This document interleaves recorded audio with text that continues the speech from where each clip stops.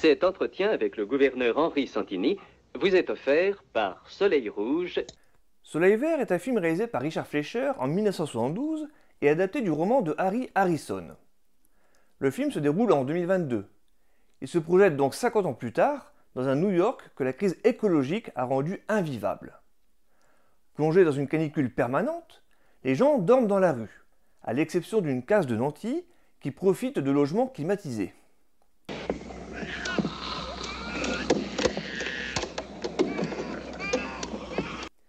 La société est devenue totalitariste, en proie à une pénurie généralisée.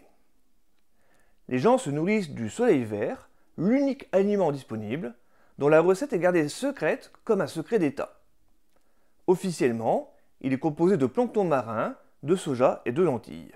Et le tout nouveau et délicieux Soleil Vert, l'aliment miracle au concentré de plancton. Alors il s'agit en fait d'un polar futuriste. Le détective Thorne, interprété par Charlton Heston, enquête sur un meurtre mystérieux. Son enquête va lui permettre de découvrir un terrible secret qui fera du film une œuvre culte.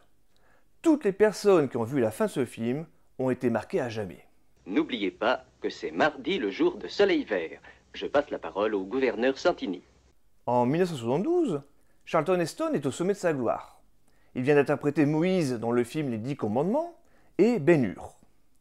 Désormais, il se tourne vers la science-fiction en tournant 3 films qui vont marquer le genre à la fin des années 70.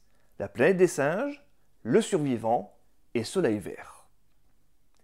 Il est très loin de ce qu'il deviendra plus tard en prenant la direction de la NRA, le lobby pro-armes américain, et de ses prises de position ultra-conservatrices. Il n'y a plus de soleil vert, on a épuisé tous les sens. Revoir aujourd'hui Soleil Vert est une expérience troublante, tellement le film fait écho à ce que nous vivons actuellement. Dès le début du film, le personnage de Sol nous parle d'effets de serre et de canicule éternelle, d'un monde qui épuise ses ressources au bord de l'effondrement. Que quelqu'un peut vivre dans un climat comme celui-là, la canicule d'un bout de l'année à l'autre? Le film fait écho à ce qui se passe aux États-Unis au début des années 70. À cette époque, la contre-culture lutte contre la société de consommation. Et au moment même où Fleischer prépare son film, sort le rapport Meadows sur les limites de la croissance. 17 économistes signent le rapport Meadows, qui démontre le ralentissement, puis l'absence de croissance dans un monde où les ressources sont limitées. La bascule devrait se produire dans la décennie 2020. Une vraie tomate. Ensuite, nous allons entrer dans une période de crise profonde, de plus en plus grave, conséquence de la surconsommation et des conséquences qui auront lieu avec, comme le dérèglement climatique, les canicules, les pénuries d'énergie, les épidémies et la guerre de l'eau. Ça ne vous rappelle rien?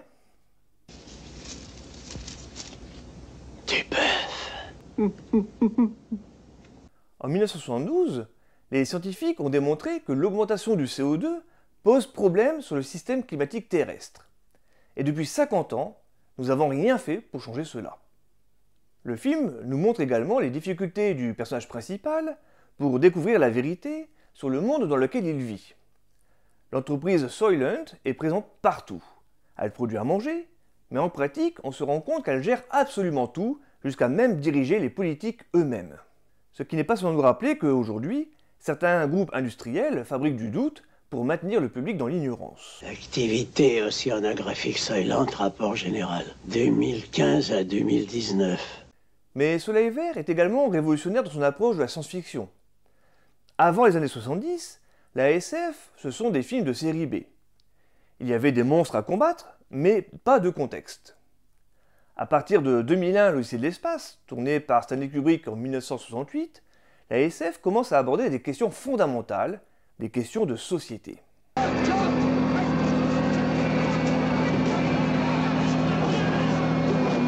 Contrairement à ce que l'on pourrait penser, la science-fiction ne parle pas de l'avenir. Elle parle bien du présent. Elle montre les dérives de notre société. Ce que nous sommes en train de faire et les conséquences qui pourront se produire si on continue sur cette voie.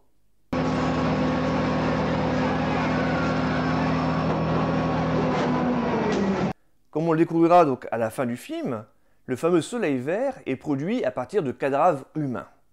métaphore de ce qu'est le système capitaliste. Le film nous montre une société dans son ensemble qui est à bout de course, et le système capitaliste finit par se nourrir de lui-même. Comme il n'y a plus de croissance, on recycle les mêmes idées, les mêmes fantasmes, la même illusion de politique libérale, avec toujours les mêmes conséquences. Comment sommes-nous arrivés là? Le personnage de Saul incarne la mémoire de ce monde qui se meurt, du monde d'avant. Il est bibliothécaire, gardien de la connaissance, de ce passé oublié depuis longtemps. Il est le gardien du savoir. Il a connu la belle vie, époque où la nature existait encore. Du coup se pose la question, la vie vaut-elle encore la peine d'être vécue dans ce monde qui se meurt? Pour Saul, la réponse est non. Dans cette société, l'euthanasie est autorisée et elle est même encouragée. C'est le seul moyen de lutte contre la surpopulation. Et ceux qui vont mourir se voient accorder un dernier privilège, revoir une dernière fois ce à quoi ressemblait la Terre autrefois.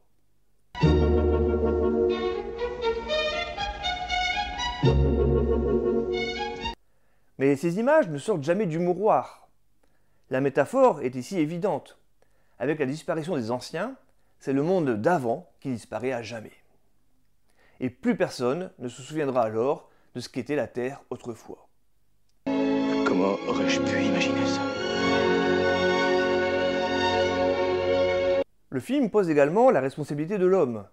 Ici, ce ne sont pas des météorites ou des extraterrestres les responsables. C'est uniquement l'homme. Que convient-il de faire pour changer les choses? Eh bien, le film, en ce sens, est très pessimiste. Il ne propose pas de replanter des arbres, par exemple. Il ne dit pas que notre système économique peut changer. Au contraire, en proposant de transformer les humains en nourriture, il nous dit que le capitalisme nous bouffera tous. C'est beau, n'est-ce pas? Oh oui. Le film montre également notre inertie face au changement climatique. La catastrophe à venir est bien plus grave que ce qu'on pourrait penser. Car lorsqu'on parle de 1 degré de réchauffement dans le système climatique global, ce n'est qu'une moyenne. Cela cache en réalité de fortes hétérogénéités. Les continents se réchauffent beaucoup plus vite que les océans. Or, pour éviter la catastrophe, il ne s'agit pas de stabiliser nos émissions de CO2, mais bien de les stopper complètement. Or, nous n'arrivons même pas à les stabiliser.